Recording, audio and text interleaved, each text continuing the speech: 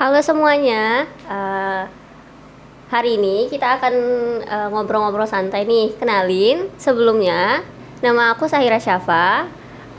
Kita kali ini bakalan ngebahas mengenai kesenjangan yang ada di Kota Medan. Nah, sebelumnya hari ini saya bakalan ditemani oleh Om Ade selaku pengamat lingkungan hidup dari dari LSM Medan. Boleh say hi dulu Om Ade ke teman-teman yang ada di rumah. Hai sahabat komunikasi, senang saya berjumpa dengan kawan-kawan yang berpikiran maju, progresif dan yang memikirkan kotanya menjadi lebih baik. Oke, oke.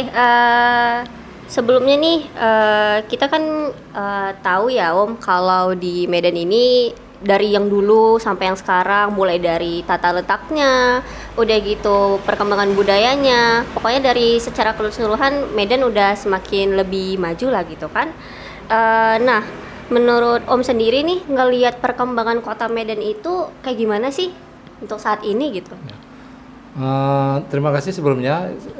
Yang jelas perkembangan kota Medan memang secara fisik dari waktu ke waktu itu semakin didandani, semakin bagus. Kemudian, tapi itu juga ya kita ngambil posisi yang sekarang ya. Itu sebabnya di lagu Indonesia Raya itu bangunlah jiwanya, bangunlah badannya. Harusnya yang dibangun itu jiwanya dulu, baru badannya. Karena badan itu kosmetik, trotoar bisa dibangun dalam satu malam pun bisa gitu. Nenek moyang kita bangun candi, 1.000 candi dalam satu malam pun bisa kan gitu. Tapi yang penting itu di Indonesia Raya adalah bangunlah jiwanya, bangunlah raganya. Nah, ketika masyarakat tidak terbangun jiwanya, pembangunan fisik apapun hanya bersifat artifisial, dan itu tidak akan mendapat dukungan yang terus-menerus dari warga. Karena memang setiap pemimpin punya semangat meninggalkan heritage-nya, meninggalkan kebijakan apa yang dapat dikenang lebih lama. Tapi hal yang lebih penting dari peninggalan fisik itu adalah perubahan attitude masyarakat.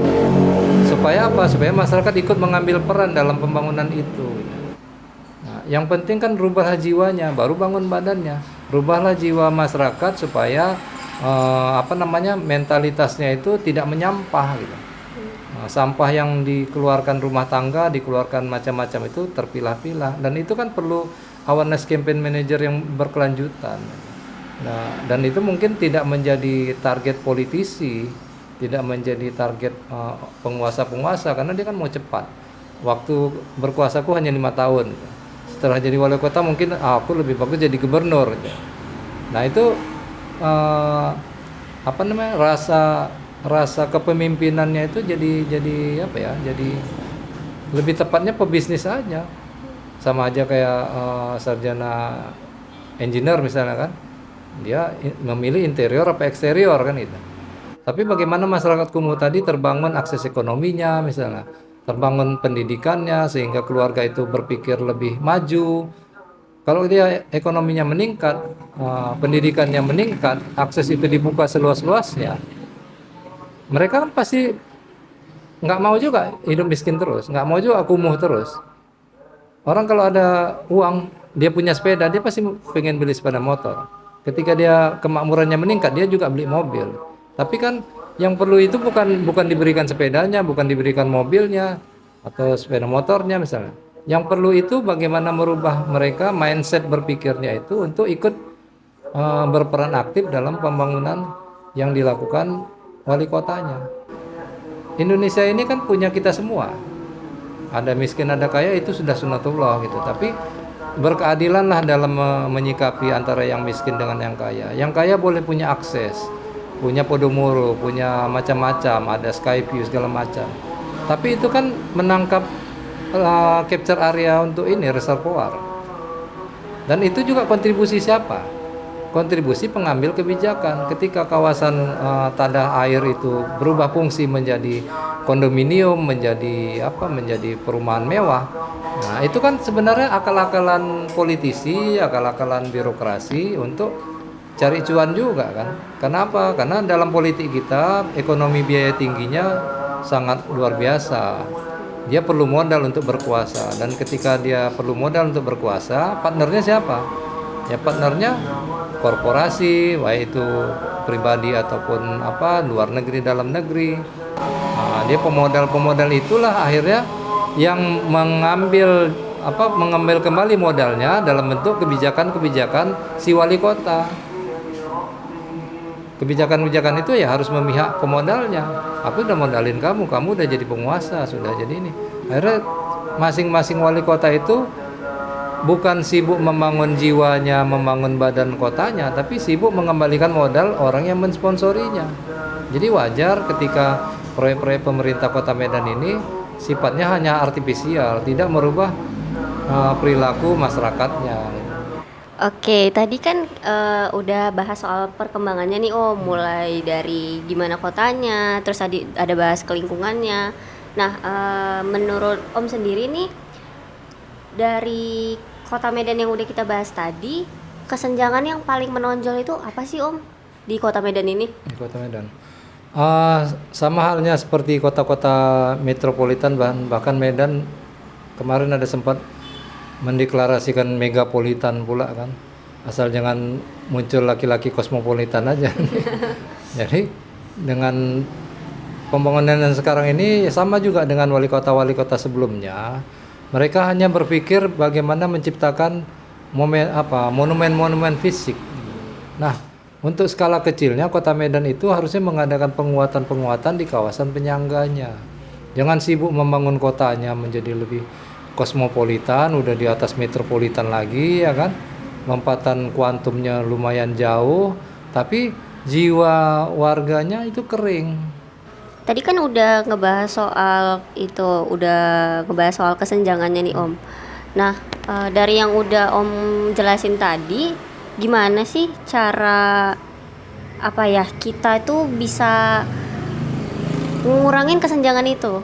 Kan nggak enak nih buat kita sebagai masyarakat hidup seperti itu. Kok pemerintahnya seperti ini, tapi kita masyarakatnya seperti itu gitu. Nggak ngerasain kenyamanan lah, bisa dibilang seperti itu.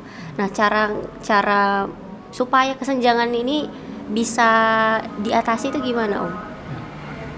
Dari awal saya udah bilang fitrahnya manusia itu Allah menciptakan kita, Allah Subhanahu wa taala menciptakan manusia itu berbeda-beda, berpuak-puak, bersuku-suku. Perbedaan itulah yang menjadi rahmat agar kamu bekerja sama, agar kamu berpikir kan gitu. Jadi perbedaan itu nggak haram juga. Kesenjangan itu memang harus ada gitu. Kalau kesenjangan itu nggak ada, bagaimana bisa ada buruh, bisa ada pimpinan kan ada bawahan, ada orang yang dipimpin. Tapi ketika jadi pimpinan, ketika jadi bawahan, tempatkanlah diri seperti pohon tadi yang saya gambarkan di awal, bahwa kalau jadi akar, jadilah akar yang menyehatkan, yang kuat, yang kokoh, yang membuat batangnya tumbuh tegak.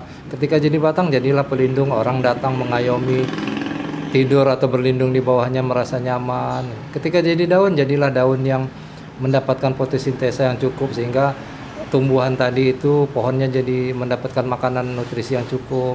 Nah, ketika jadi bunga, ketika jadi buah, jadilah bunga dan buah yang mengharumkan, yang membawa kenikmatan, yang membuat manfaat bagi yang mencicipinya gitu. Tapi sesama komponen anak bangsa ini mulai dari akar, batang, daun, buah itu adalah sebuah kesatuan. Jangan jadi akar yang cemburu ketika si buah jadi artis, si bunga dipuji orang, jangan. Jadilah akar tetap di bawah, ikhlaslah berbuat di bawah itu. Tertutupi kan, akar mana pernah akar menonjol kecuali akar beringin kan, justru keluar dari atas ke bawah.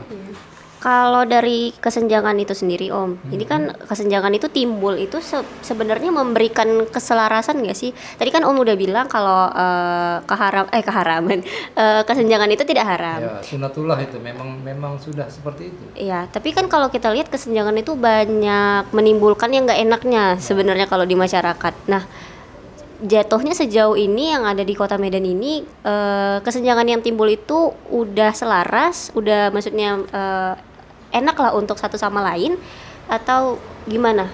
Nah itu tadi kembali di pernyataan awal saya tentang dasar-dasar politik pembangunan lingkungan hidup di Kota Medan ini tidak berpihak kepada yang di bawah. Ketika pemukiman kumuh di pengentasan kemiskinan, kita nggak boleh mengentaskan orang miskinnya, tapi kemiskinannya yang kita entaskan. Tapi manusianya dikayakanlah dia dengan ilmu pengetahuan, buka akses kesehatan, buka akses pendidikan yang luas. Sekarang pendidikan saja sudah jadi badan hukum pendidikan kan, sudah jadi lembaga bisnis kan.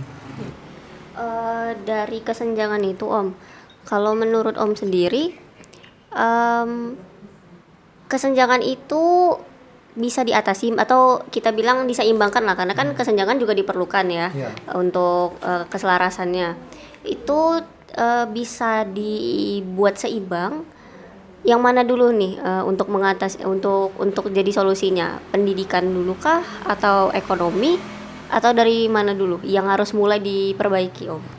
Tapi kalau secara umum Kota Medan itu yang sangat memprihatinkan kan jumlah penganggurannya tinggi, angka orang terdidiknya timpang antara yang universitas dengan yang di level SMA. SMA juga ada ketimpangan antara yang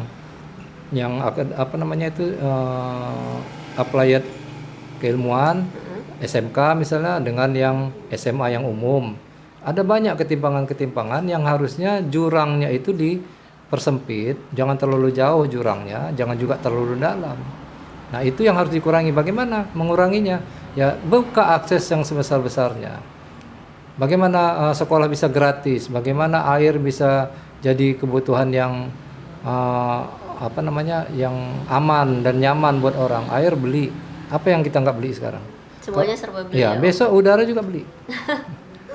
Nah, Buat sahabat komunikasi sekarang udah tahu, udah paham nih, kita udah dapet ilmu banyak dari Om Ade soal kesenjangan.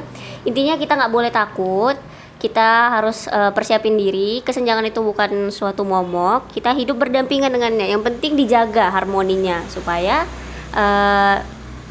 selaras hidupnya. selaras Iya. dan seimbang. Oke, ini udah nggak terasa, udah dari tadi kita ngobrol panjang sama Om Ade. Kiranya itu aja yang bisa disampaikan. Oke, terima kasih buat sahabat komunikasi yang udah nonton. Terima kasih juga buat Om Ade Ya, untuk sama-sama. atas partisipasinya, udah hadir hari ini, udah ngasih banyak ilmunya. Saya Sahira Syafa selaku host undur diri. Terima kasih dan salam komunikasi Salam semuanya. komunikasi.